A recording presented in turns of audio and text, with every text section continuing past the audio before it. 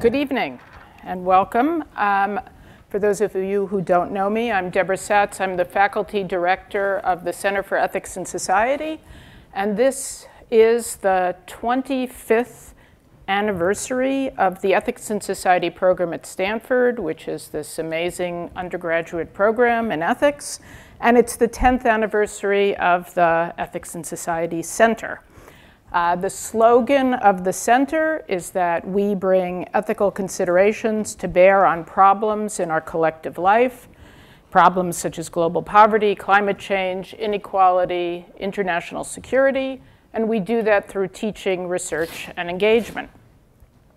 This year, as part of our engagement mission, we decided to add to our themed lectures, so we've been having a series on the ethics of wealth, but we decided to add some special events to showcase questions that are related to our teaching mission.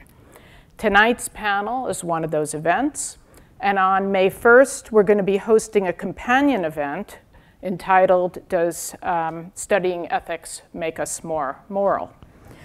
Both panels, tonight's panel and the ethics, whether teaching ethics does any good, are inspired by the fact that this year Stanford has adopted a new ethics requirement for every undergraduate. So the question of whether ethics can be taught in universities, what it does, when it's taught, and how to teach it are ones that the university is itself critically engaged with, and we want to showcase some really interesting discussions on that topic. Tonight's panel is focused on literature and its contribution to ethical reasoning. Of course, I know that people don't usually read literature for ethical purposes. I mean, they read to be entertained, to experience beauty, to find their way into the lives of others. But perhaps these aims serve moral purposes. Steven Pinker has recently argued that reading is, quote, a technology for perspective taking, unquote, that expands the number and kinds of people a person can identify with. He claims that historical evidence based on the rise of literacy and the decline of violence suggests a causal chain. Reading novels about characters unlike oneself exercises the ability to put oneself in other people's shoes, which turns one against cruel punishments and other abuses of human rights. In this, he follows in the footsteps of the historian Lynn Hunt, who's shown that in the middle of the 18th century, grown men burst into tears, reading about the cruel fate of characters such as Richardson's Pamela and Rousseau's Julie, characters with whom they had very little in common. A retired military officer writing to Rousseau gushed, "You have driven me crazy about her. Imagine the tears her death must have wrung from me. Never have I wept such delicious tears," close quote. So tonight's panel focuses on the contributions that reading literature makes or can make to our moral development. And of course, I know, and we know, that the Marquis de Sade read and wrote lots of novels. So whatever the causal chains of influence we're exploring tonight, they have to be compatible with the fact that people can read literature and continue to be selfish and sadistic. Nevertheless, there might be a sense in which literature serves moral purposes, and that's the question we want to explore with you tonight. We've got a fantastic lineup to help us think about this topic. David Kidd, our first speaker, is currently a PhD candidate at the New School for Social Research in New York City. He's worked on projects to better understand the empathetic and emotional processes underlying the avoidance or maltreatment of people with mental illnesses and survivors of sexual violence. More recently, David has drawn from his experiences studying the humanities as an undergraduate. He just told me he studied Russian literature. and training as an experimental social psychologist to focus on developing empirically grounded theories of how engagement with the arts and literature influence the utilization of different social psychological processes. Along with Emmanuel Castano, he's recently published a paper in Science on understanding how reading literary fiction impacts understanding of other people's mental states. Paula Moya, our next speaker, is an associate professor of English and director of the program in Modern Thought and Literature here at Stanford. She's a prolific author and an award-winning teacher whose work focuses on 20th century and early 21st century literary studies and interdisciplinary approaches to race and ethnicity. She's the author of Learning from Experience, Minority Identities, Multicultural Struggles, UC Press 2002, and has co-edited 3 collections of original essays, Doing Race, 21 Essays for the 21st Century, published in 2010, Identity Politics Reconsidered, Palgrave 2006, and Reclaiming Identity, Realist Theory and the Predicament of Postmodernism in 2000. She's a recipient of the Dean's Award for Distinguished Teaching and many other awards, and she's currently at work on a manuscript entitled The Social Imperative, Race, Close Reading, and Contemporary Literary Criticism. Our final panelist is Josh Landy, who's the Andrew Hammond Professor of French and Professor of Comparative Literature at Stanford, and he also directs Stanford's Initiative in Literature and Philosophy, and also its undergraduate program in structured liberal education. His books include Philosophy as Fiction, Self-Deception and Knowledge in Proust, published by Oxford in 2004, How to Do Things with Fictions, published in 2012, and its co-editor, The Re-Enchantment of the World, Secular Magic in a Rational Age. Josh won the Walter Gores Award for Teaching and the Dean's Award for Distinguished Teaching. Each of the panelists will speak for 20 minutes. We'll then have a little bit of back and forth here on the stage, and then we'll open it up for a larger discussion with all of you. At the end of the event, we invite you to continue the discussion over wine and cheese in our reception area, celebrate the anniversary of the Ethics Center, and spend a lot of time talking about ethics. Thanks. Okay. Okay. Hello. And I am, as suggested, going to speak a little bit about the psychological consequences of reading literary fiction. Before I delve into the details of the methods and experiments that I conducted with my advisor, Emanuele Castano, I would like to read to you this little excerpt. She gets up and quickly dresses and walks through every room in the house, introducing the walls and the furniture to this new idea, a cavity everywhere, most notably in her chest. She makes coffee and doesn't drink it. She ends up in her bedroom once more and finds that the introduction to the current reality has to be done all over again. But then there is a surprise. She is capable still of shaping up another possibility. This is an excerpt from a short story by Alice Munro titled Corey. And as you think about this, there's a question of what is this, what's going on here? And you can address this question in 2 general ways. One, you can ask what's going on in the text. What is the author doing? What happened to Corey? What's going to happen to her? Another question to ask is, what is this doing to us? What is it doing to the way that we think? What happens to our minds after we close the book, power down the Kindle, and walk away? There are a number of things that literature does that are particularly interesting from a psychological perspective, and I'm going to touch on a few of those. The first is that reading literature requires that we integrate many different types of information to form a complex representation of the settings and the characters in the text that we're reading. So this is something that Roland Barthes talked about as being writerly, that the author presents the reader with a lot of different bits of information that can be assembled in different ways. This is why we can reread a text and come out with a different text altogether. Not all fiction does this to the same degree. Some writers dictate our experiences. And indeed, we might like them because of that. They take us on a sort of roller coaster ride of emotions or experiences. But writerly fiction is special because it does something, it forces us to engage in a very detailed sort of assembly of different bits of information that mimic psychological processes that I'll talk about in a moment. Another thing that literature does is that it defamiliarizes us. It doesn't allow us to give easy answers. So a lot of things, a lot of even seemingly complex social interactions, we can get through simply relying on scripts, social stereotypes, schemas.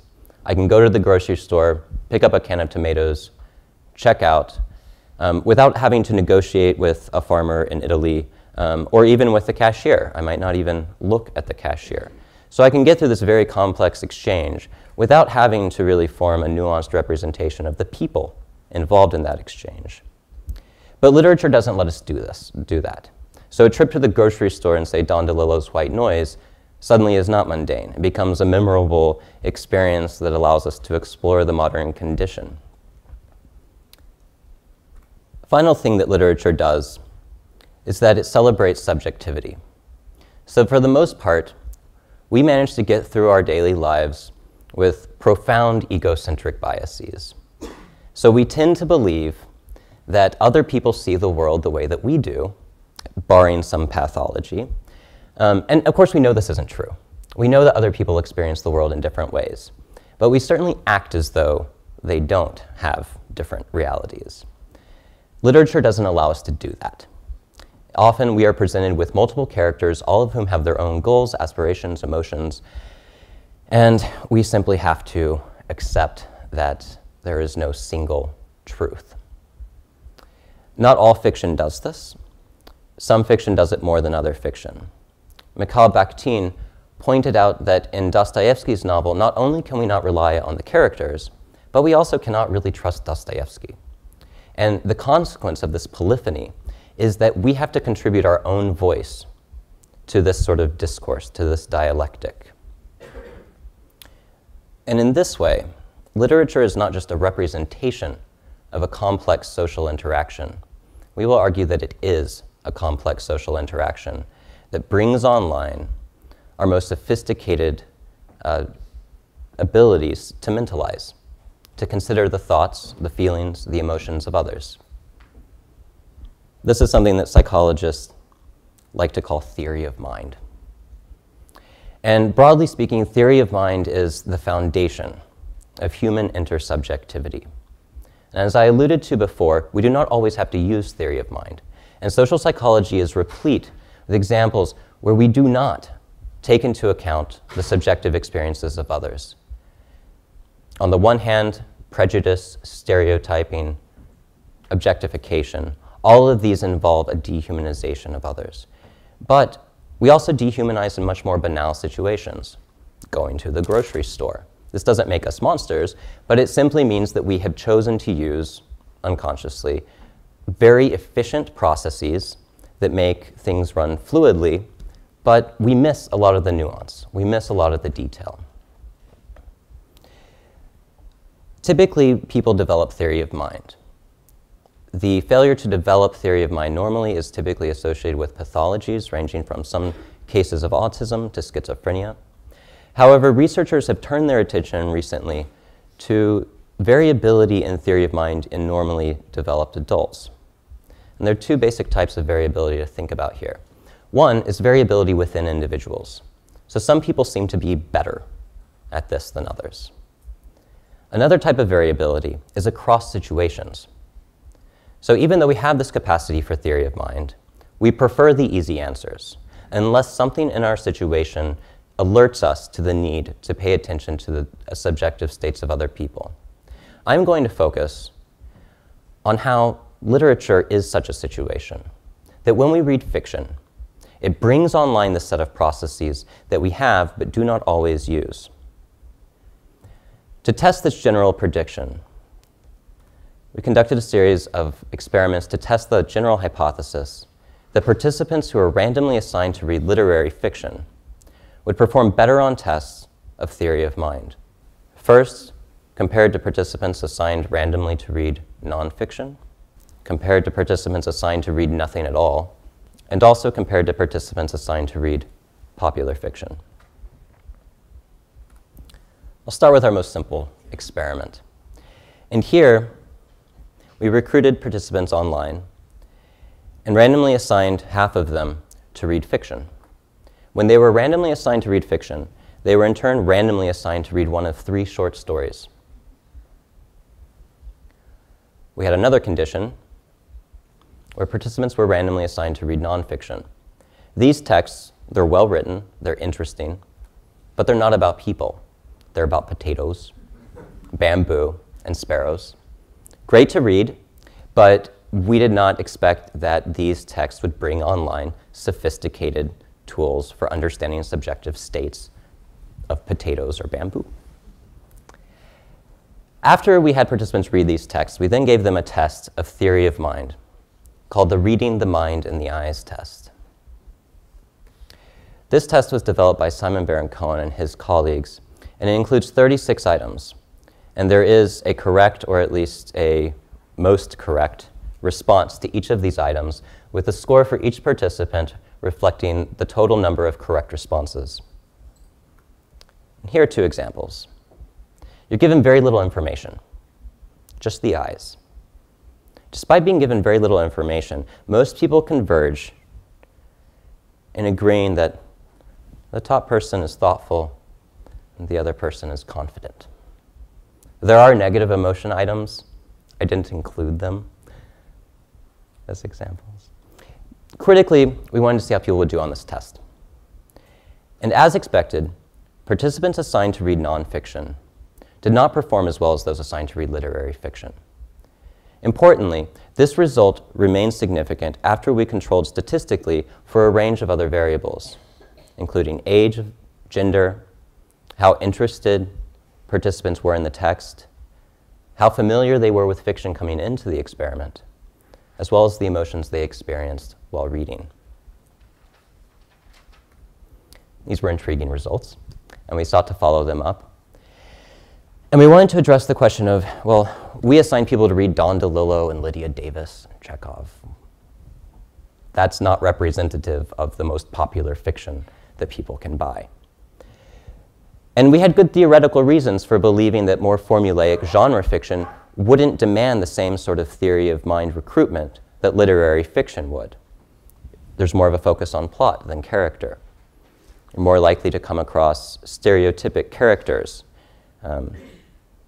The Russian in a Tom Clancy novel, typically not a good guy.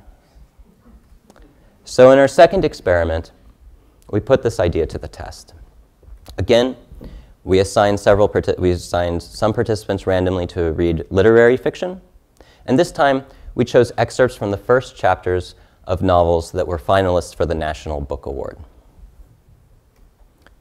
We thought that was safe as literary fiction. We had another condition where participants just didn't read anything. They proceeded straight to the test. And finally, we had a popular fiction condition. And we operationalized popular fiction by simply looking on Amazon.com and the bestsellers. They were popular. And we also wanted to make sure they reflected a range of genres. So we had everything from sort of romance, inspirational, to adventure. This time we also used a different measure of theory of mind, the diagnostic analysis of nonverbal accuracy to adult faces. We call it the DANVA, and it was developed by Steve Nowicki at Emory University, and it includes 24 items divided into 4 subscales represented by 6 items each. And with other researchers using this test in adult populations, we found that scores on the happiness subscale actually negatively correlated with scores on the other 3. So for the sake of internal reliability, we focused our analysis on the negative affect recognition scores. On this test, higher scores mean more errors. Here are 2 examples. They're much easier. You're dealing with very simple emotions. This person is angry, and the other person is happy, just in case. What we found was that there was no difference at all between participants who read nothing and participants who read popular fiction. It might look like there's a difference, but it's not statistically reliable. Critically, readers of literary fiction made significantly fewer errors, again, even after we controlled for other variables. Having found this difference between popular and literary fiction, we sought to replicate it using a different set of texts and a different dependent variable. Again, participants were assigned to a literary fiction condition. This time they read entire short stories selected from an anthology of the 2012 Penn O. Henry Prize winners of short fiction.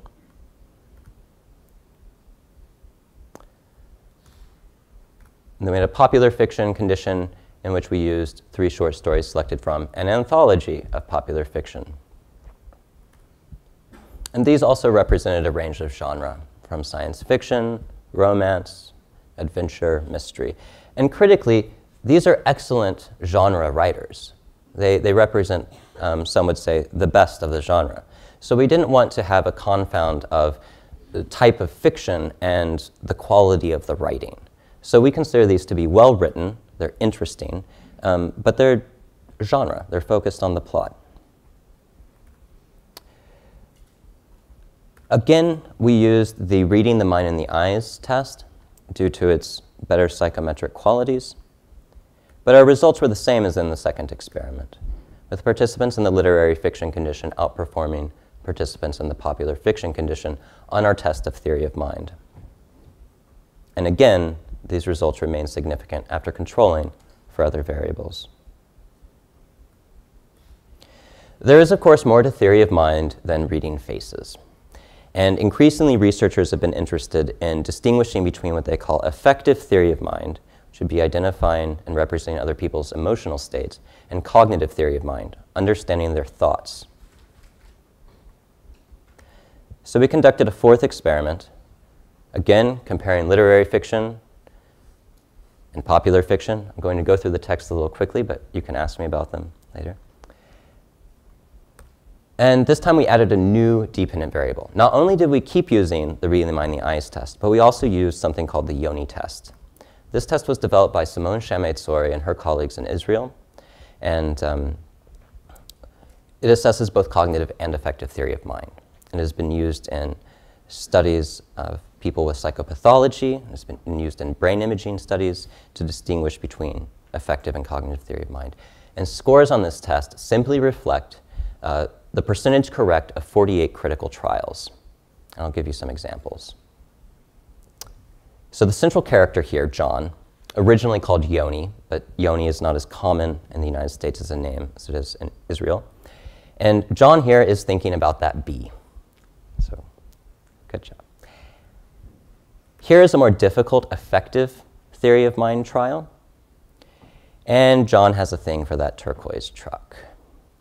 I should point out that there are simple and more difficult items for both affective and cognitive theory of mind. This is very easy, you would think, and indeed, error rates are quite low, so accuracy rates are quite high. Nonetheless, what we found was that participants in the literary fiction condition did significantly more well on the test than participants who read popular fiction. And on the read in the mind and the eyes test, we found the same pattern of results that we found in experiments 2 and 3. But this raises the question of, well, maybe popular fiction is bad for you, and this is inflating the difference. So we brought back our no reading condition to really test that possibility. And we also, at the behest of our reviewers, collected data from a much larger sample of participants, nearly as many as we had in all of our other studies combined. And this gave us statistical power to detect nuances we might have otherwise missed. So again, we had our literary fiction condition.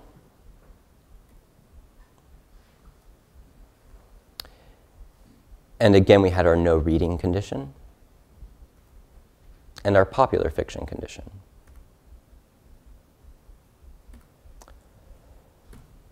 And again, as in experiment 4, we used 2 dependent variables, the read in the mind, the eyes test, and the Yoni test. and our results were pretty much the same. There was no difference between the no reading group and the popular fiction group on the Yoni trials. That might look like a difference, but it's not statistically reliable. We might have gotten that by chance.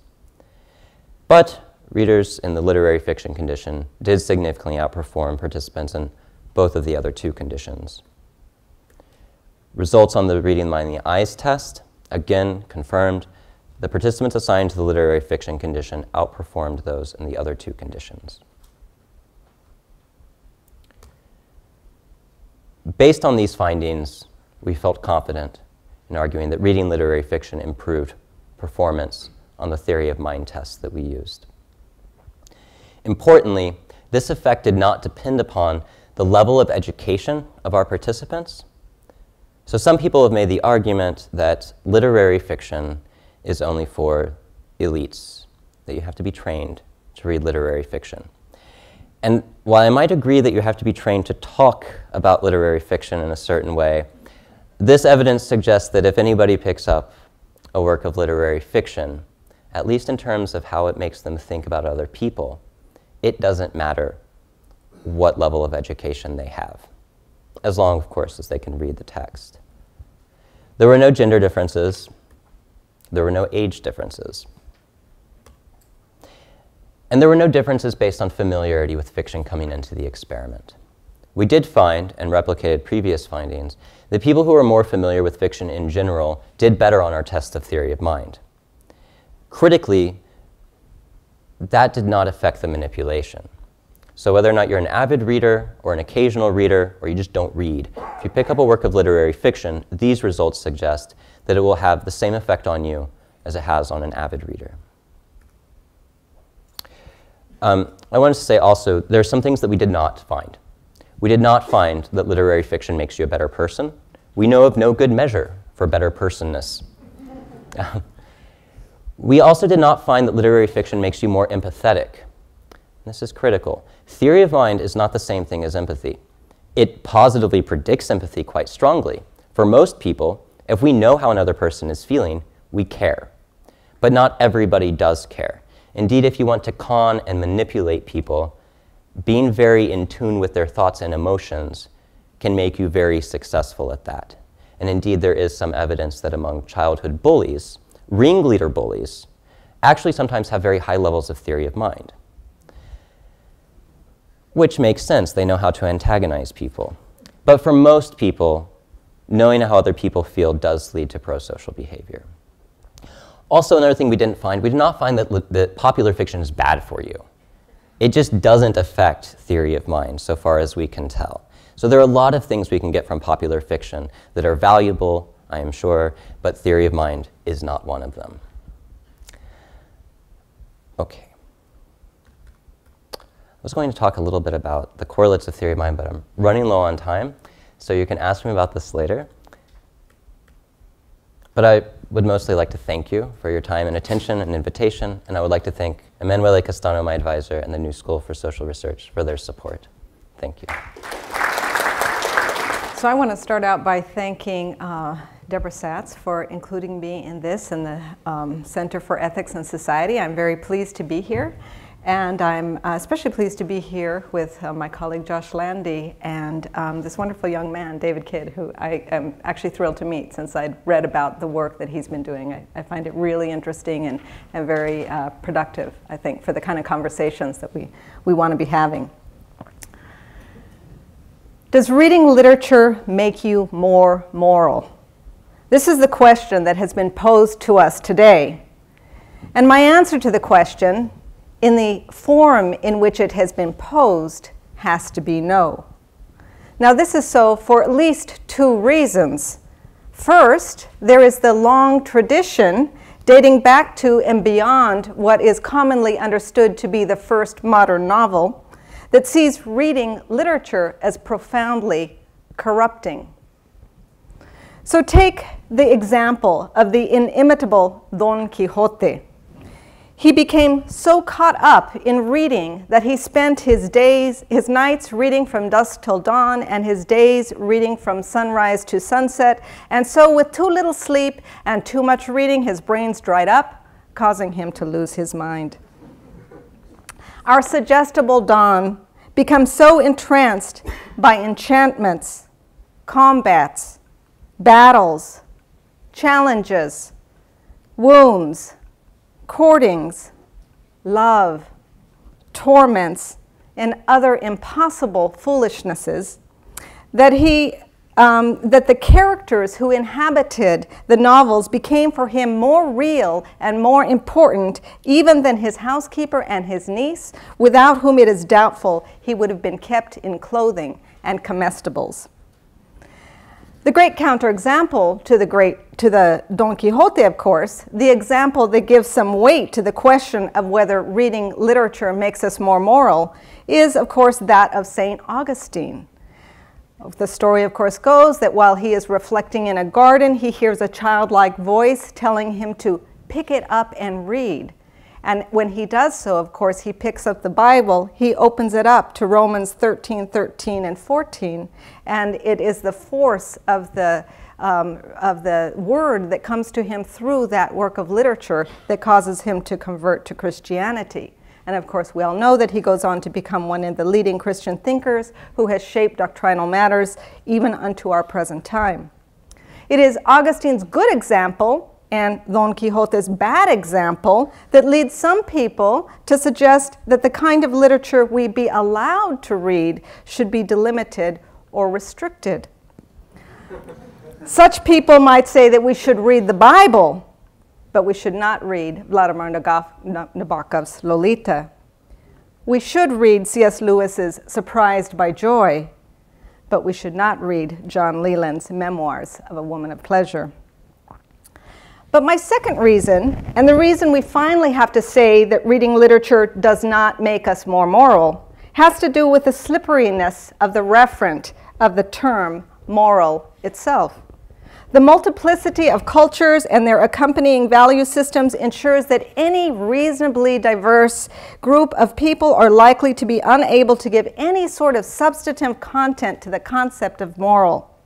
There is profound disagreement among people from different groups about what morality is. What one group considers to be of the most basic moral import.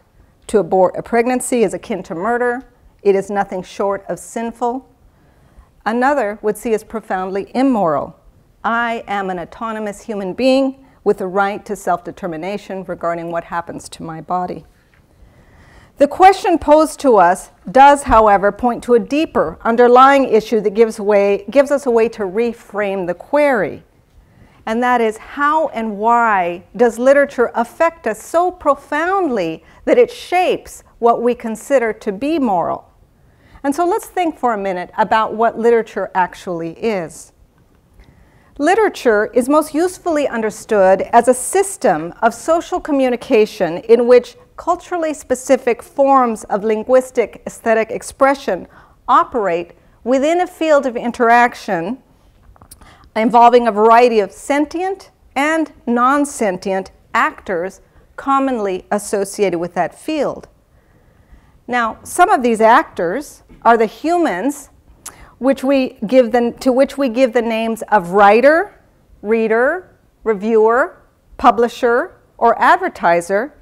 Others are the textual objects, novels, magazines, essays, newspapers, and so on, through which and with which those writers and readers interact. Now, understood in this way, literature is a trans-historical and trans-individual institution, one that influences and is influenced by the ideas, the institutions, and the interactions of all the actors within its sphere. Indeed, it is because literature exists as an institution within what social psychologists describe as the culture cycle that professionalized literary critics, such as myself, take literature as an object of study in the first place. Because if literature were not so revealing of the complex ways in which our diverse cultural ideas inform and motivate our equally diverse practices and behaviors, then there really would be very little reason to retain it as a field of study in the academy. Now, I've been talking about literature as a system of social communication, but of course, we readers don't experience it that way. Instead, we simply pick up a book. And in fact, the individual literary text, in which case I mean the novel, a short story, or a collection of poems, is the primary means through which both the author and the reader encounters and interacts with the system as a whole. So let's consider then this individual work of literature. The work of literature is a creative and formal linguistic engagement in the shape of an oral or written artifact with the historically situated tensions that express themselves at the level of individual experience. Like other aesthetic artifacts such as film, painting, music, and drama, a work of literature is a formal representation that mediates a creator's, and then of course subsequently a reader's, apprehension of her own world of sense. Essentially, every work of literature is, at its core, also an act of interpretation. This is because in order to create the work, an author must choose and organize into a more or less coherent whole a set of images, metaphors, character types, and other formal narrative devices available to her in her world of sense. Accordingly, a work of literature never represents the world as it really is, but rather filters through a literary form, by this I mean a novel, a short story, or a poem, its author's dreams, hopes, illusions, and bodies of knowledge. And because authors are cultural beings, their hopes, their dreams, their illusions, their bodies of knowledge are not unique to themselves. Instead, those hopes and dreams engage, sometimes positively, sometimes negatively, the pervasive sociocultural ideas of the society within which they live. Another way of saying this is literature is us. When we read a work of literature, we are looking at, or at least looking for, ourselves. Now, of course, sometimes we don't see ourselves. Now, this is disconcerting and can cause us either to go looking elsewhere, as in the case of Toni Morrison, who had to write the novel she wanted to read, or else try to remake ourselves in the image of the reflection we do see, as in the case of Richard Rodriguez, who as a scholar of Shakespeare infamously insisted that his education lifted him out of the social category of racial minority. Other times, we see in the literature we read distorted versions of ourselves as with a funhouse mirror. Now, this can be either good or bad, depending on the shape of that distortion and the way that it motivates our behavior. But what I'm getting at here is that different works of literature will be valuable in different ways for different people. They will mean differently because we ourselves are different. A work that might motivate you to behave in accordance with your moral values might have the exact opposite on my behavior. Much depends on the interaction between the schemas embedded into the narrative structure of the work itself and the very different schemas that a given reader brings to the scene of reading. Because until the encounter happens, we have no way of saying what that result will be. Reading literature necessarily involves our emotional engagement with the world of sense of someone other than ourselves, even as we look for ourselves in that world. Because of its essentially dialogic nature, the activity of reading will affect us in some way, may even change us, sometimes quite profoundly. And any serious reader in this room will surely recognize the experience that prompted the creation of this cartoon.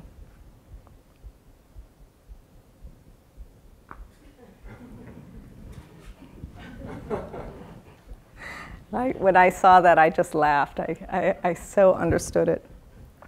Now, it is because literature is inherently a dialogic, because it invites its reader to engage at a deep emotional level in a self-relevant way, that it so profoundly shapes what we consider to be moral.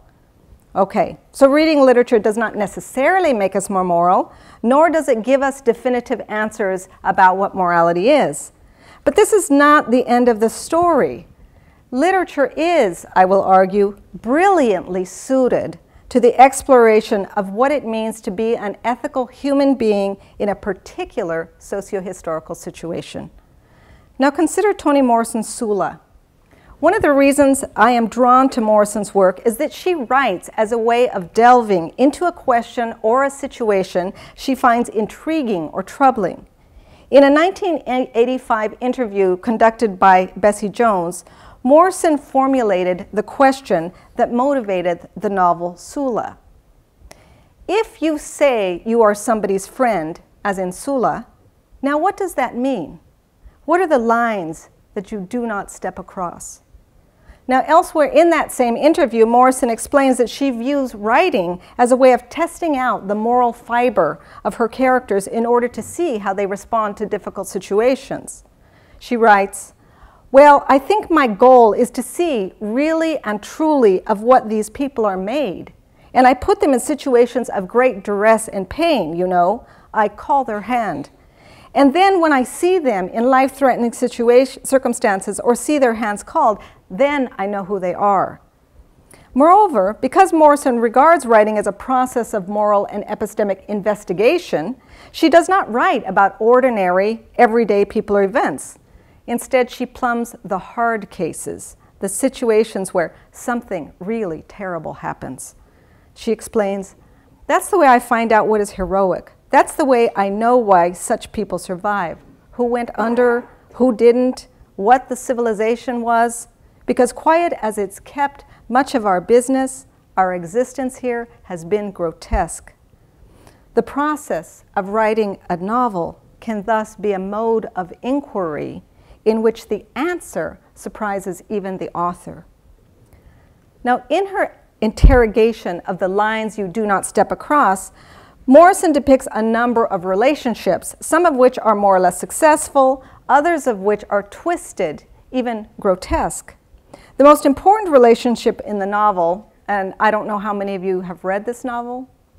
How many have read the novel? I want you all to go out and read this novel afterwards. It's fabulous. But anyway, the most important relationship in the novel is the friendship between Nell and Sula. Now, an ethicist in her own right, Morrison explores in the novel the dynamic that emerges when a self fails to recognize the other, as a unique individual with legitimate needs and desires separate from one's own.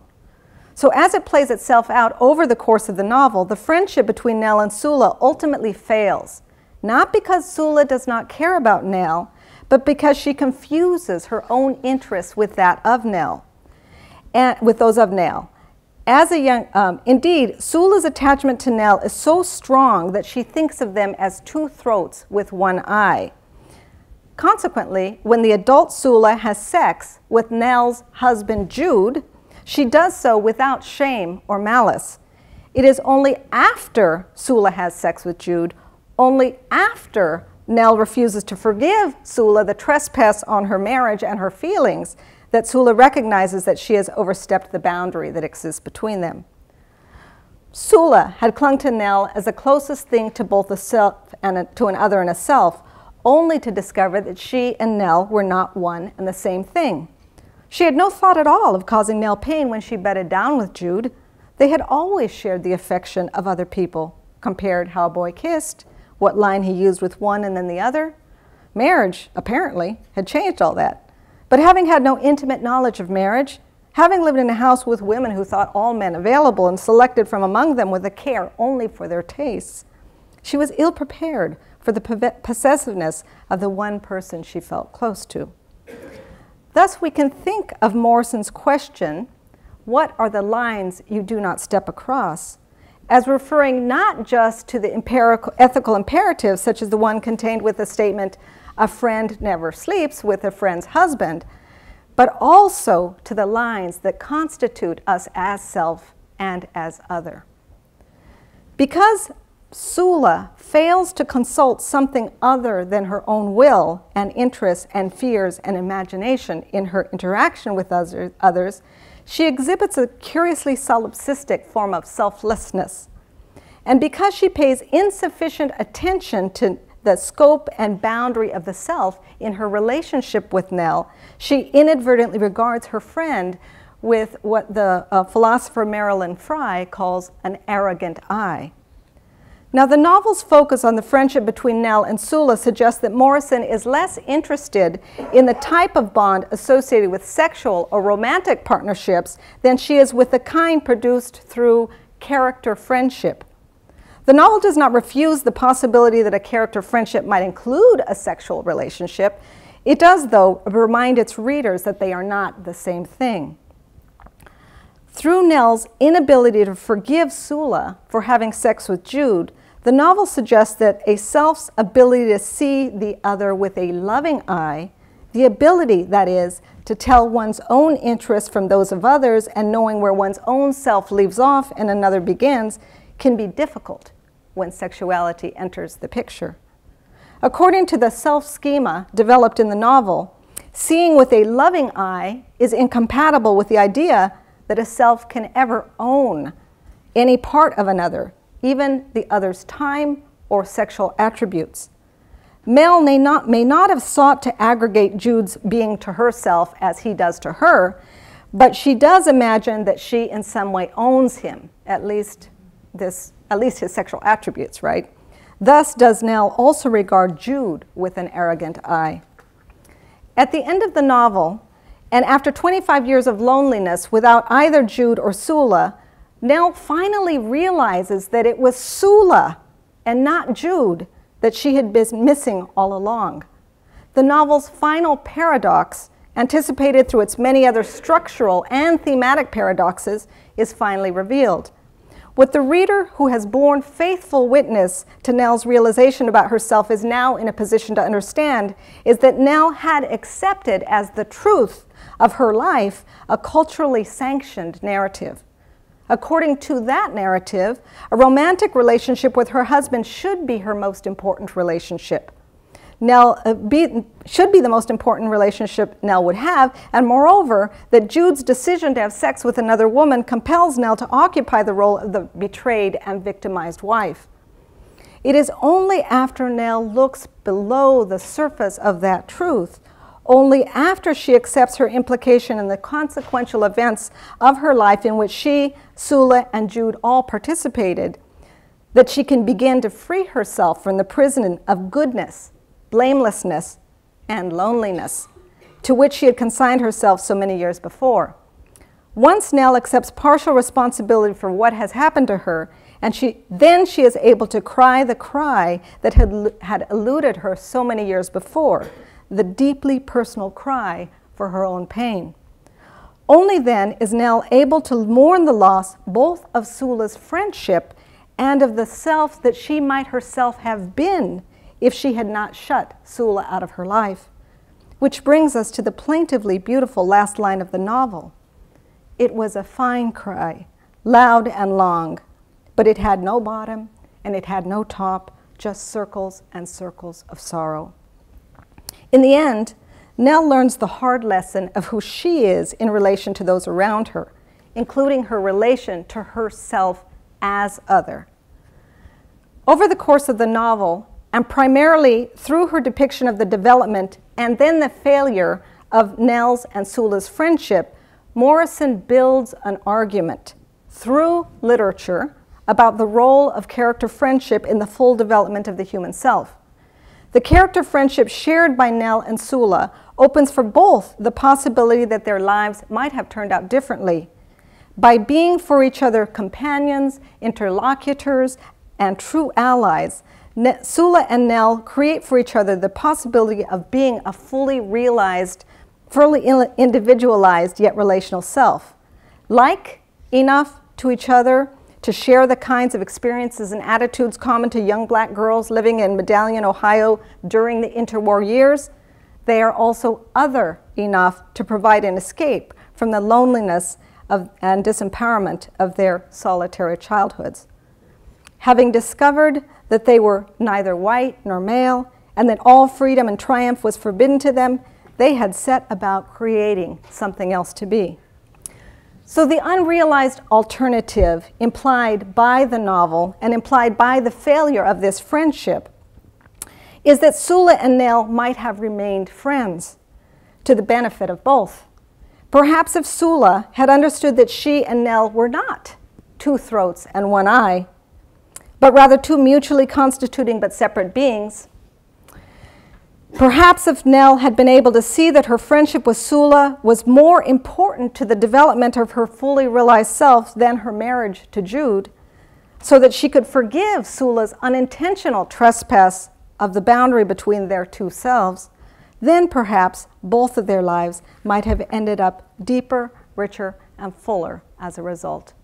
And I think I will stop there. Thank you. I think I agree with almost everything, and it's also so beautiful to hear Toni Morrison. I find those interviews some of the most beautiful meditations on literary craft that I know. So I'm almost tempted just to sit down again. But I wrote a thing, so I guess I'd better read it. At events like these, it's only a matter of time before somebody mentions Uncle Tom's Cabin. Since nobody else has so far, I'm happy to do the honors. That's as it should be, since Uncle Tom's Cabin had a very real and positive effect on the world.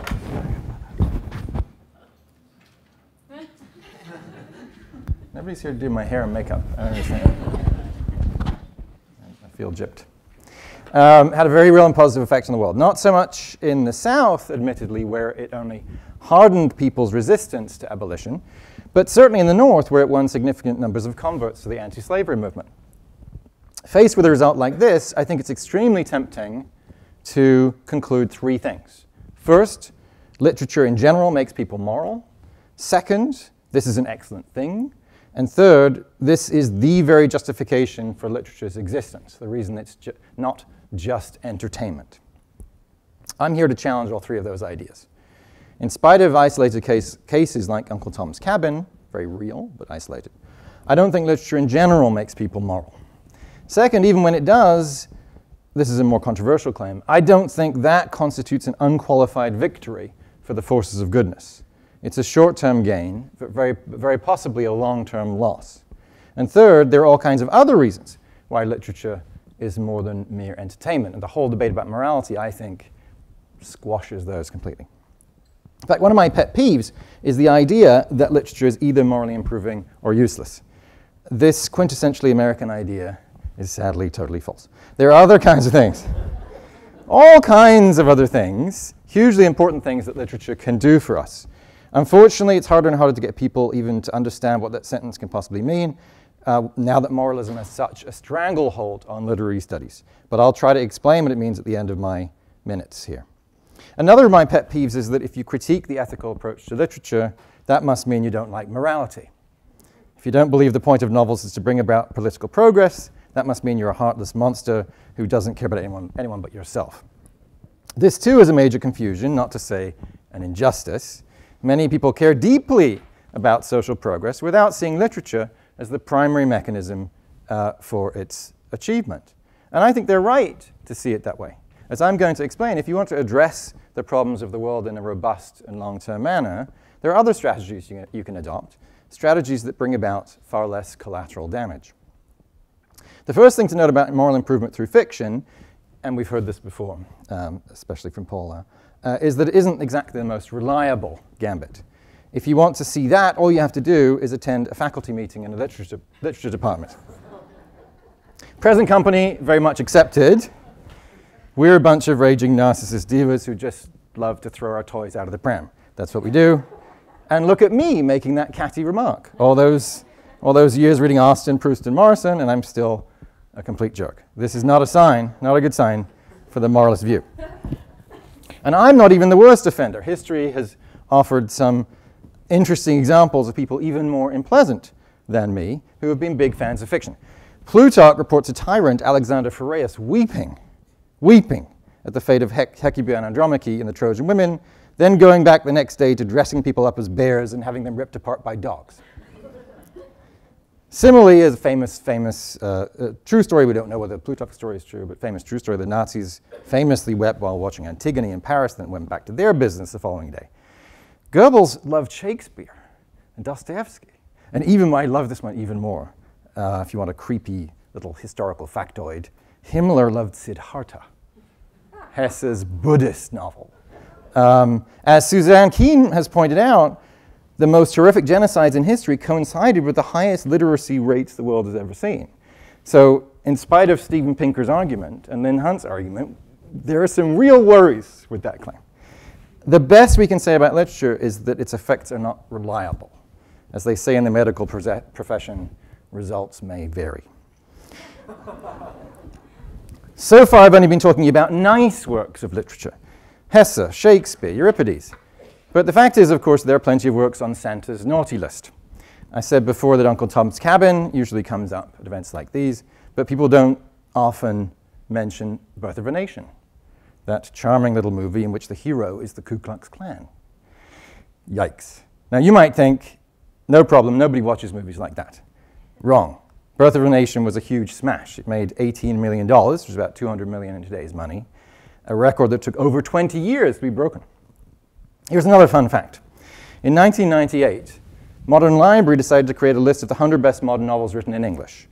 But since this is the age of Web 2.0, they also polled their readers. Bad move. The official list starts with Ulysses and the Great Gatsby. By the way, The Great Gatsby? Are you kidding me? Anyway.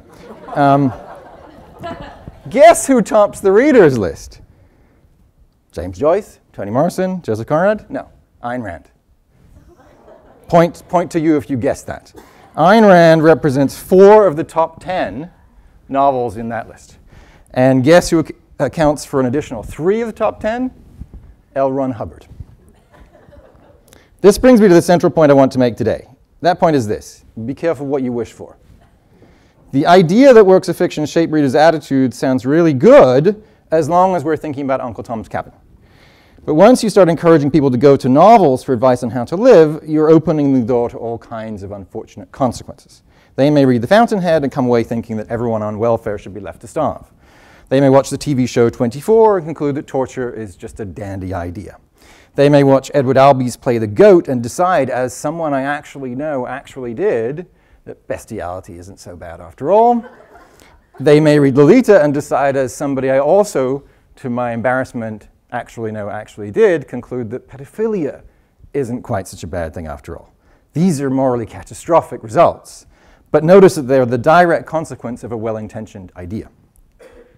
Asking readers to change their behavior on the basis of fictions, that's a tempting short-term solution with, I think, massive long-term costs. It's like prescribing antibiotics every time somebody catches a cold. Sooner or later, you'll end up with drug-resistant viruses. It's like hearing your friend has a bad headache and giving him a bottle of OxyContin. Sooner or later, you'll end up hooked. Short-term gains are outweighed by the long-term costs. There should be a public safety announcement. Moral improvement, not even once. The problem with moral improvement through fiction is that fictions do not, in the usual case, give people good reasons to adopt new beliefs, attitudes, and practices. They just play on our emotions. Now, getting someone to change their beliefs on the basis of emotions is a process that has a variety of names. When I do it, it's called persuasion. When you do it, it's called rhetoric. And when they do it, it's called propaganda. Even if we leave aside the question of whether it's okay to brainwash people into doing the right thing, and even if we leave aside the question of whether we want great literature to be in the brainwashing business, I think we can all agree that propaganda is a two-edged sword.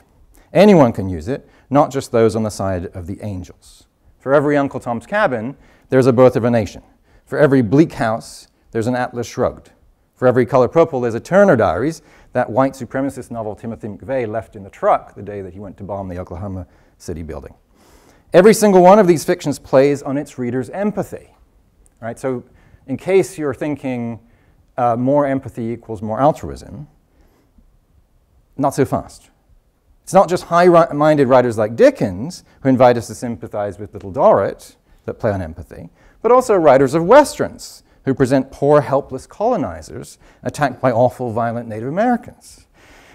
Ayn Rand, or Ayn Rand, whose resplendent job creators are constantly being bothered by the pesky sponges who merely do the real work, and so on and so on. Everyone can use empathy as a means to propagandize people into adopting their beliefs. And as we saw, the sad fact is that people are reading books like Atlas Shrugged in huge numbers. By contrast, not as many people are reading the kind of books we like, such as Toni Morrison's Song of Solomon, but I should mention Sula, since you were talking about it. And of those who do, the vast majority already hold the right moral positions. If they didn't, they probably wouldn't have picked up the book in the first place. At least in the moral sense, that most of those who read Morrison simply do not need her, only in the moral sense. I think we all need Toni Morrison in every other sense. So I say this. Rather than encouraging people to go to the movies for their moral edification, it would be much wiser to train them to be cautious. The vast majority of what they'll watch and read will cause moral devastation if used as a model. Think of all the heroes we've been excitedly following over the past 10 years. Dexter Morgan, Tony Soprano, Walter White, Omar Little, my favorite, Frank Underwood, Nucky Thompson, Nurse Jackie. It's just an avalanche of anti-heroes. Martha Nussbaum says we should simply make sure nobody watches any of that stuff. But is that a world we want to live in? And do you think that these TV shows are the only things that would go in a Martha Nussbaum-ruled empire? Dickens, that favorite of ethical critics, goes in for anti-Semitic stereotypes. Balzac does the same. Ralph Ellison, another incredible writer, seems to think women unfit to govern. But, does that really mean we shouldn't read Invisible Man? No, we should point that out, but, come on. In Jane Eyre, as Catherine Belsey points out, a woman of African heritage is compared to a wild animal. Sorry, I can't say those words. It's so egregious. So we're going to have to ban Charlotte Bronte too. You might want to say that such unfortunate elements are without danger because readers are smart enough to know which beliefs to adopt and which to leave alone. But if readers already knew that, they wouldn't need moral improvement. If the idea is that readers do need moral improvement and they get it from reading fictions, you're going to have to start by banning 90% of the books, including the very best among them, or at least a lot of the very best among them. The good news is that there are other ways to change people's minds. Here's one way to do it, using the truth. I know, that's very old-fashioned. But consider An Inconvenient Truth, Al Gore's documentary about climate change. That film did a huge amount for the environmental movement, all without making up a single lovable character or a single line of witty repartee. Or again, consider Food Inc. and the Omnivore's Dilemma and Jonathan Safran Foer's Eating Animals. There haven't, as it happens, been too many meat industry-themed best-selling fictions in the last 100 years, since The Jungle, but that hasn't stopped us as a nation from moving gradually toward more enlightened attitudes. There's nothing wrong with using the truth, whether in the form of documentaries like those or in the form of testimonial writings like Primo Levi and the autobiography of Frederick Douglass. You don't have to trick people into thinking slavery was a terrible thing. Slavery was a terrible thing. Let the truth do its work, and if people aren't yet capable of discerning truth from lies, help them.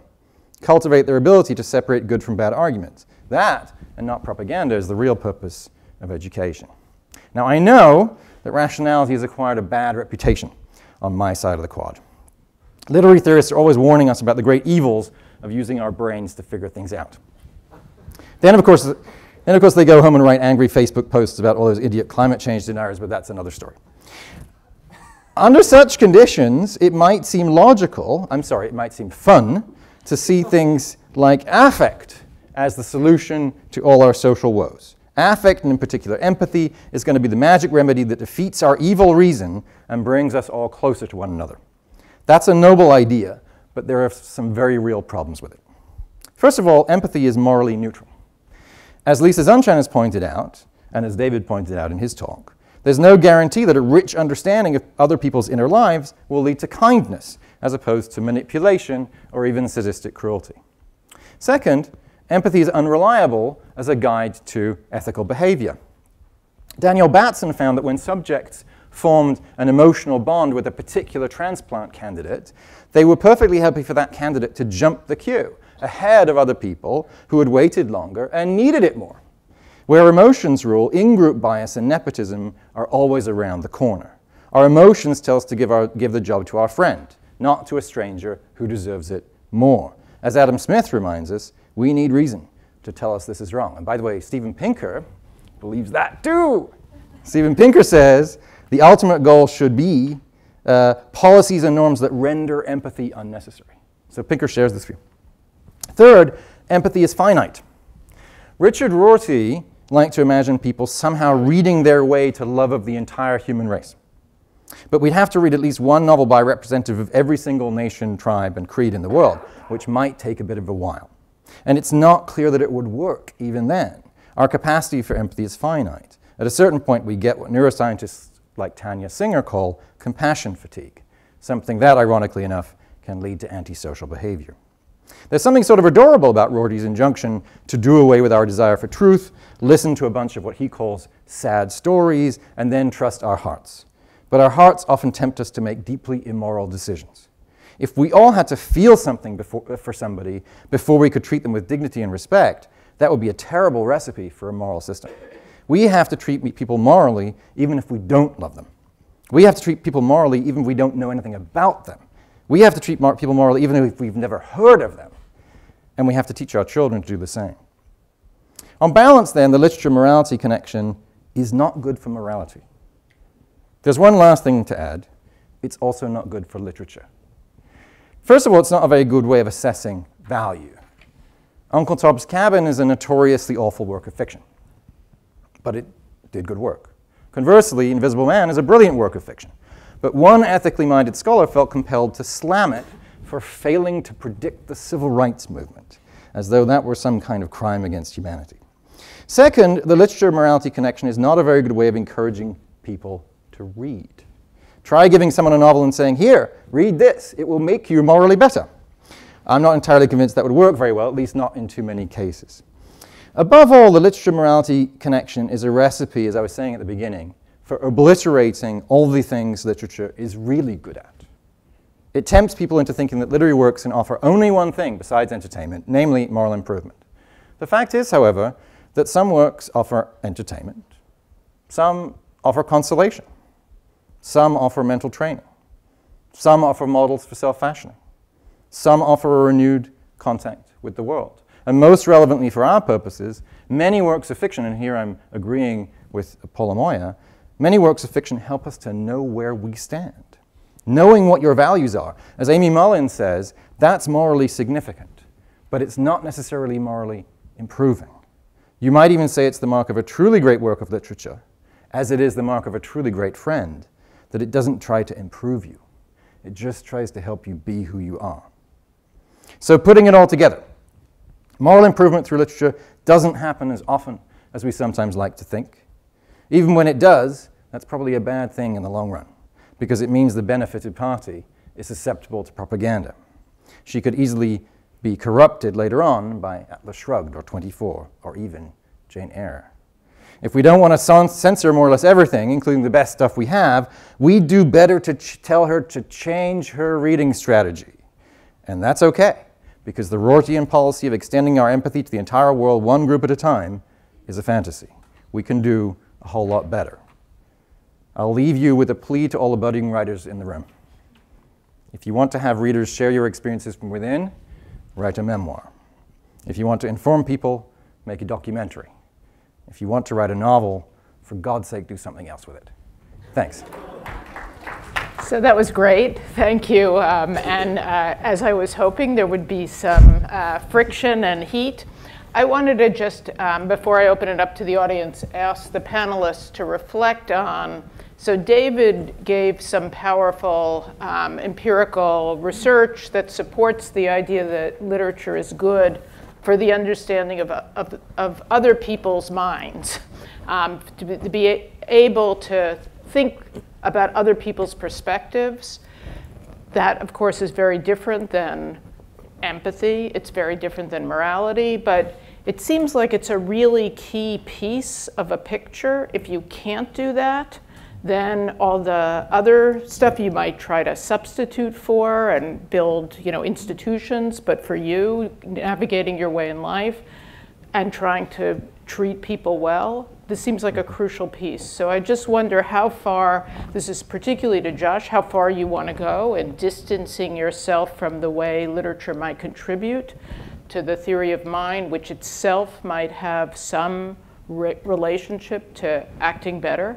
And being able to act better. And then for Paula about the ability to find out who you are and know who you are, how is that connected to is that connected in any way to understanding how other people are, and then being able to define yourself in relation to them, and is that connected to theory of mind? Should I? Why don't you go first? Okay. So I'm a huge fan of cognitive science and cognitive psychologists, and I love that talk. But I do have a slight complaint, and that is that those slides, the axes didn't go all the way down to 0, which made it look as though there was this massive change. Now, it's a statistically significant change, but we're talking about a change from, average of about 24 answers right to 26 answers right. It's not that people start with nothing. It's that you're totally right. If people didn't have any ability to get inside the minds of other people, then they would indeed be massively morally compromised. But we're talking here about readers who are pretty good and then get a little bit better. So that's one caveat to bear in mind. The other caveat is, well, at that point, what do you do with it? And my sense is that people who are already good are going to use that to get even better. Right? They want to be nice, and they use fictions to be nicer. And that makes sense to me. Don't forget, people have a certain degree of control of what happens. But people who want to be bullies or, brothers of brothers. I'm one of 3 boys, and all that happens in a household of 3 boys is that they look for the weak point and then just keep pressing it. Those people are going to do more of that. So I think yes, I would agree. If we were going from 0 to 100, I would have to give in and say, yeah, hooray for literature. But I think, since the changes are so small and it's not clear what the changes are going to lead to in each case, we're very far away from the kind of conclusion we want. So I guess I think that there's no way to say what's going to happen when a given reader picks up a work of literature, and this is it was just a small line, but I spent a lot more time with it in the book that I'm writing right now, which is this whole question of every person brings to any encounter a whole set of schemas through which they perceive the world. And at the same time, I think every work of literature embeds within it a whole set of schemas. And so sometimes those match up well and sometimes they don't. So, I think that there's that. Now, the issue of looking for yourself, I just think that's what people do. We do that all the time. It's not the most important thing. It's just that whenever we go into a room, we're always trying to figure out where we are in relation to everybody else. You read a novel, you're always kind of trying to figure out where you are. So that's just something that happens. And my point in bringing it to talking about reading is that the point there is that reading is fundamentally dialogical. We're just, we are engaging, we're bringing our mind to the mind that is laid out by the author in that fiction. So, I have no, I think that the work you're doing is fabulous, and I have no complaints at all about it. And I think actually that what I'm talking about is very consistent and consonant with what you're saying. I do have a couple of questions for you. And these are a little picky. So one is this idea of you show these people smiling. Okay, so I don't know if you know the work of the social psychologist Jeannie Tsai. Do you know her work? So she's one of our colleagues here at Stanford, and she does this work where she has identified different forms of ideal affect. So speaking in broad terms, Americans, let's say Americans, we like to be happy. We want to smile. We think this is good. We got a big mouth. But so maybe somebody, and this comes for some Asian Americans too, so Asians, that their ideal affect is not that big, huge smile. So I would think that there would be some implications for, depending on who's reading those as to how they're going to read that, whether that's happy or calm or whatever. So I would think, and I think that ties to my idea of schema, because somebody who brings schemas from another part of the world, reading, you know, I don't know. Anyway, I'll stop there, and I have other things that I would ask you, but that's enough, I think, for now. Okay. Well, I can start with this methodological issue, really. And the reason for choosing these theory of mind tests was primarily that other people did the validation work for us. So as a researcher, you never want to say, I'm going to present a new theory, a new paradigm, and I'm going to invent all of the measures and ask you to believe that they're all valid. What you bring up about the, I would put it as the cross-cultural validity of these tests is an excellent point, and indeed, different versions of the reading the mind, the eyes test have been utilized specifically in Asian cultures. That said, the reading the mind, the eyes test has been validated in a number of different countries, most of them Western, admittedly. And that's sort of, I'll let Baron Cohen deal with that problem, but what we were aware of this potential problem, and indeed just having people read fiction written in English. So we did limit our recruitment to American participants. And America is very diverse, but you know, people are very quick to learn the different sort of codes for expressions. And that's also why I suggested that the answers, the correct answers on the read the mind, the eyes test are not that is the expression, but merely that is what people converge on. It's the most correct answer of them. But it's a very good criticism, and we would like to move to other measures of theory of mind. Most of those are story-based, and so having people read a story and then say, okay, now read this other story, seemed like that would be another methodological can of worms. Do you just want to answer Josh's question about like how much really is going on here, how much improvement? Absolutely. So I didn't want to put up the numbers and the standard deviations and the effect sizes because people like graphs. I personally do not like them for exactly this reason. And the effect sizes are very small. And what the effect size means is that for every one standard deviation you go up in, say, exposure to fiction, you go up only 2/10 of standard deviation in scores on the reading mind, the eyes test.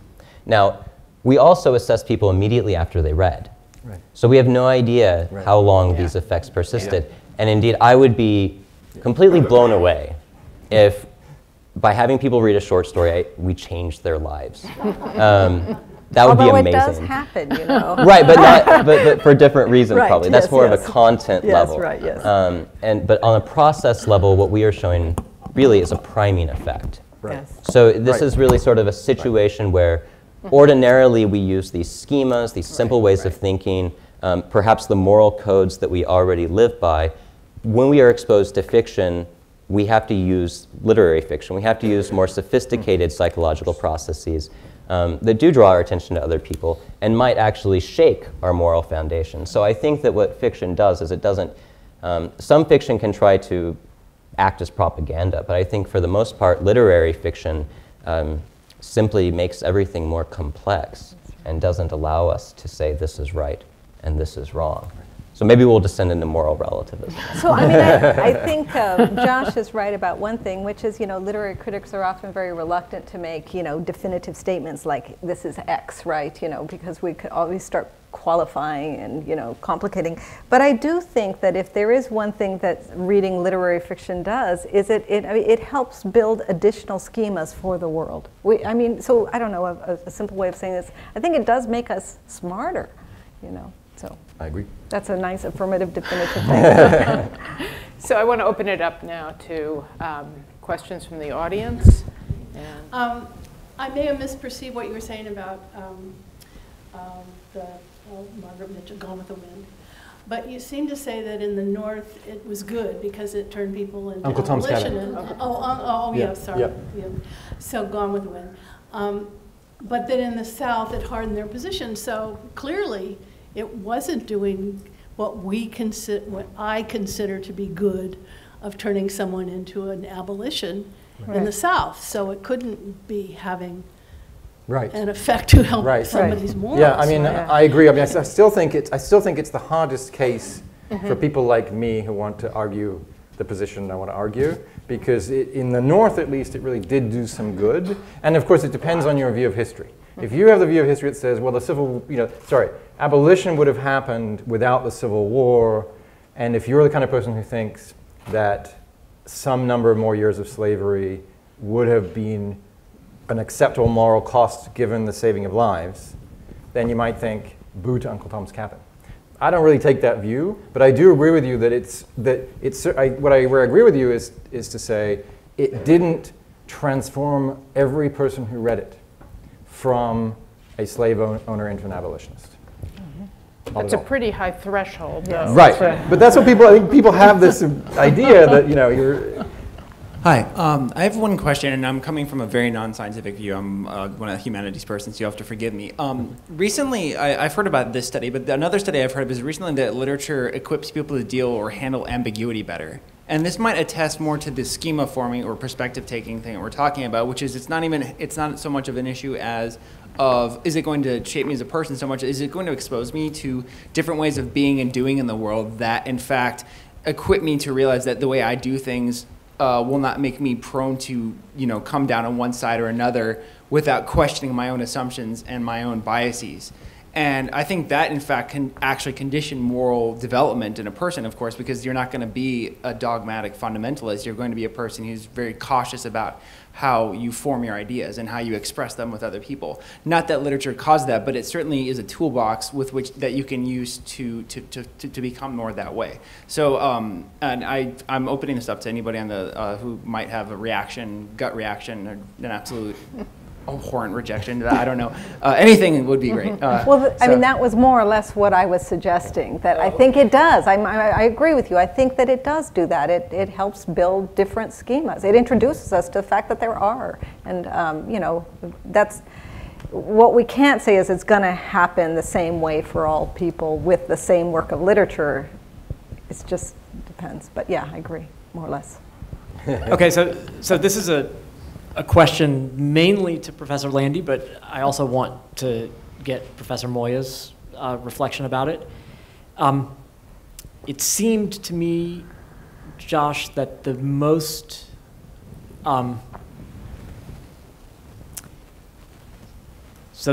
threatening line of reasoning against the position you're trying to argue tonight arose from something you seem to be admitting, namely that a literary text could work to fundamentally destabilize somebody's evaluative judgments and normative commitments. Couldn't that be the mechanism for moral improvement?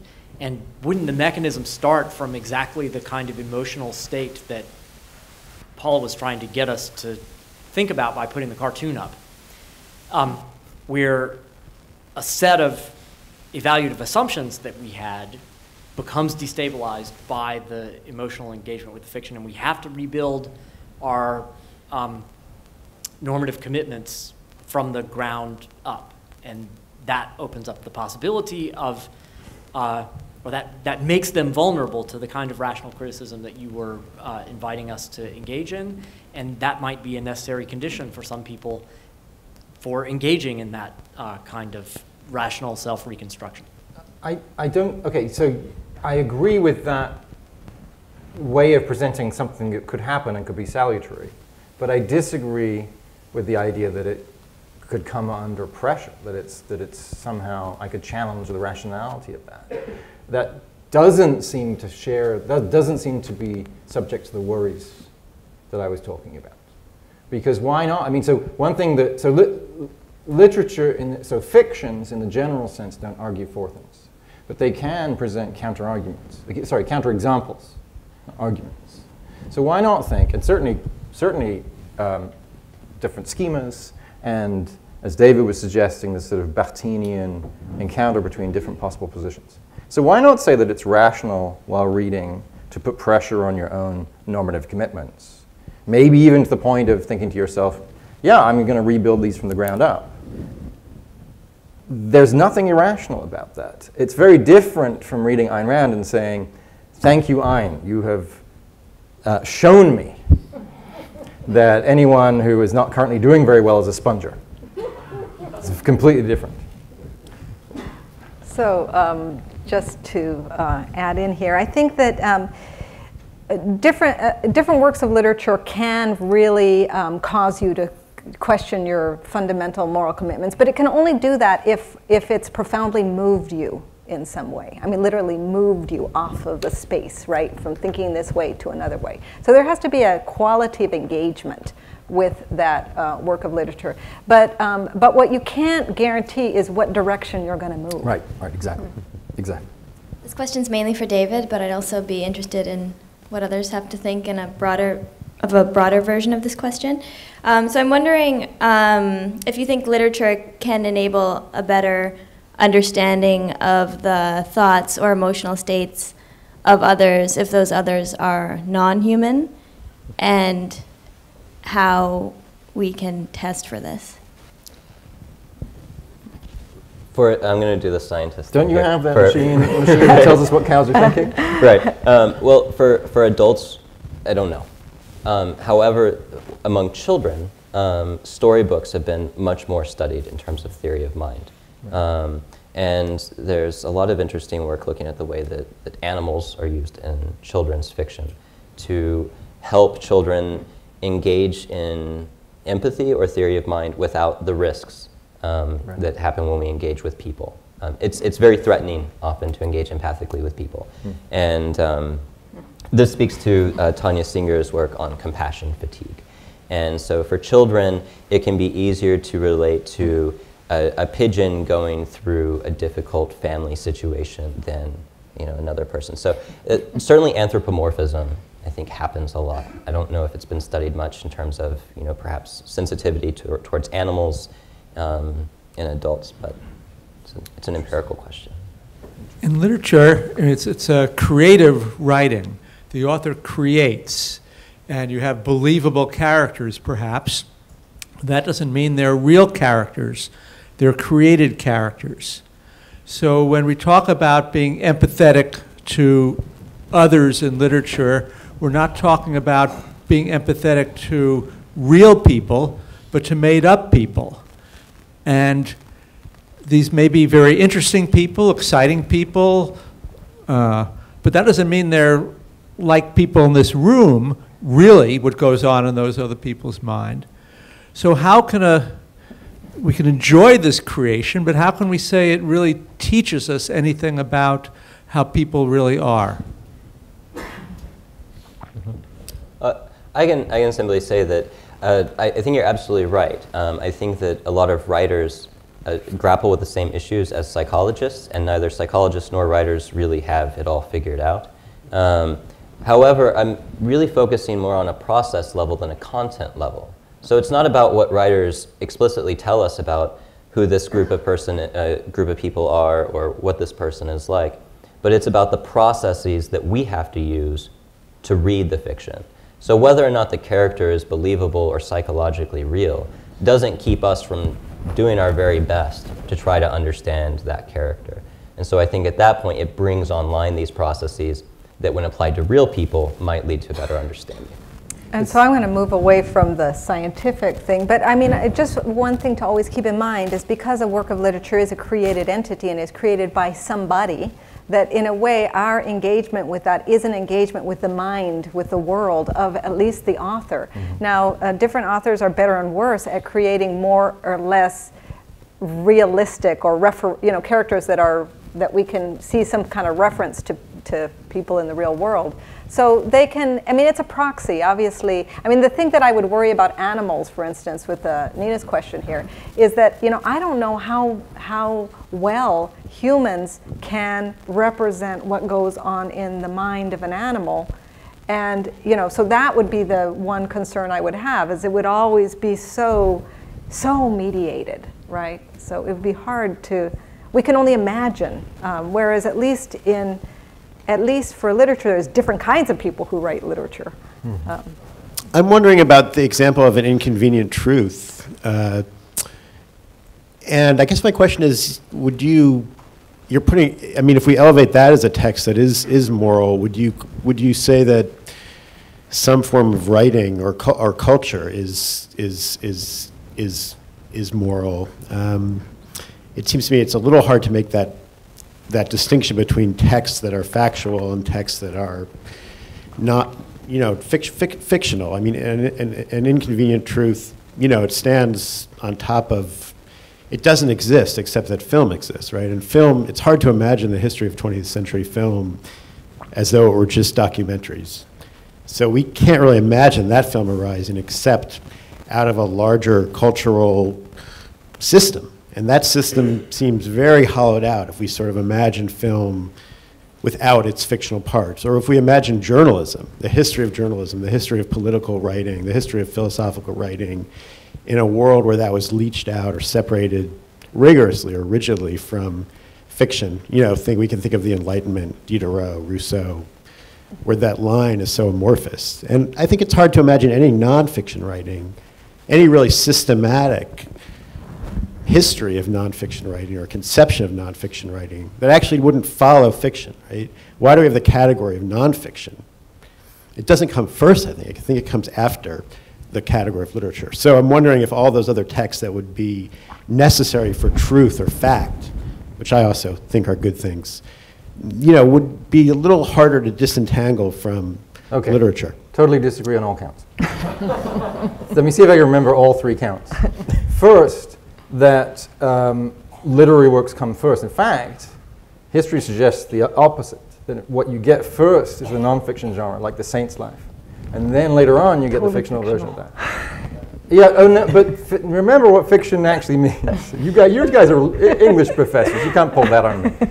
Just because it's not true doesn't make it a fiction. Second, that I like counterfactual history. Film began with two strains of film, the Lumiere strain and the Méliès strain. So actually, right from the beginning, you have both kinds. It's perfectly possible to imagine that we just went the Lumiere way. So I mean, there's absolutely nothing about the existence. Yeah, so I don't know, but it's at least imaginable. You need a lot more than just they both exist to convince me that you couldn't have one without the other. And then third, that we can't draw a line. Yeah, of course there are always, for any given pair of things you want to distinguish from each other, night and day, there's dusk. So there's always some liminal cases, but when it's midnight, it's night. And that's why, that's why James Frey is such an annoying person. And we all know that he's an annoying person. Because in fact, you can fool people about whether something is nonfiction or fiction, and it matters. Yep. So this is mostly for Professor Landy. Most of the moral kinds of thinking that you were talking about were big ideas. Slavery is good or slavery is bad. Changing your mind about big concepts. Based on what David was saying, if it is more of a short-term primer thing, that kind of moral improvement seems more suited to acting momentarily better, being nicer to someone when you run into them, and not really changing your mind about big moral questions as much as just being a better person in day-to-day activities. So are you also, would you be against that kind of improvement from literature too, or is it only the big moral questions that you think? Right. You saw how much we were all struggling with this question because it's such a complicated question, because there's so many different variables and there's so many ways people have talked about literature improving us, and sometimes it's through ideas, and sometimes through empathy, and sometimes through emulation. So that's complicated, but mostly what I want to say is even in day-to-day interactions, it's preferable to make yourself the kind of person who's nicer in everyday interactions through some other means. Or if you're going to use literature on yourself, do it knowingly, rather than just being susceptible to wherever it's going to move you. Of course, the other point is also, it's not clear that it's going to reliably even move you in the right direction. It seemed to me in the 90s that the portrayal in the movie Good as It Gets and My Best Friend's Wedding did more to change a whole generation of perception about gays without being a heavy-duty, the portrayal of, I hope you all remember those two films, but they just happened to be incredibly likable, sympathetic, secondary gay characters in those films. And it seemed to me that it was that kind of portrayal what had to do a lot with the perceptions of the whole generation that didn't see anything wrong with gay marriage. So I don't actually think that's quite true. Okay. Because not that great a percentage of the population went to see those films. But conversely, a great percentage of the population was increasingly exposed to the knowledge that they knew people who were gay. I think coming out made the difference. Yeah.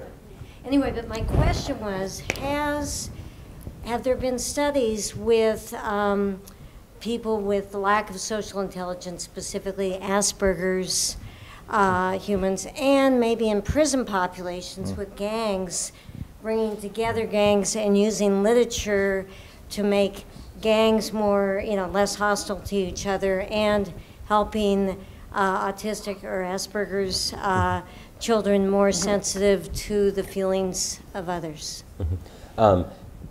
Regarding the last question, people are working on it right now. And indeed, while we were running the studies, a person contacted me, one of the participants, explained that she is diagnosed with autism, but she has been a lifelong reader, and she says that it has helped her navigate social situations. Now, putting on my scientist, that's anecdotal. I don't know. She could have been lying to me. I doubt it. But people are working on that question. And so maybe soon we'll have evidence. Regarding prisons, yes, there are literacy programs in prisons, and there's evidence. Most of it is not, it's qualitative, so we can't quantify it and say it's statistically significant, things like that. But it does suggest improvements. We hope additional work will be done. And finally, to address the issue of sort of the content level, there have been empirical studies having people watch, say, Will and Grace, and then asking them their attitudes towards gays. Now, that's a little heavy-handed. The participants sort of know, like, okay. Not very double-blind. Right. So there's evidence out there. I think more research needs to be done, and, better methods, but it's out there. All right, well, join me in thanking the panelists and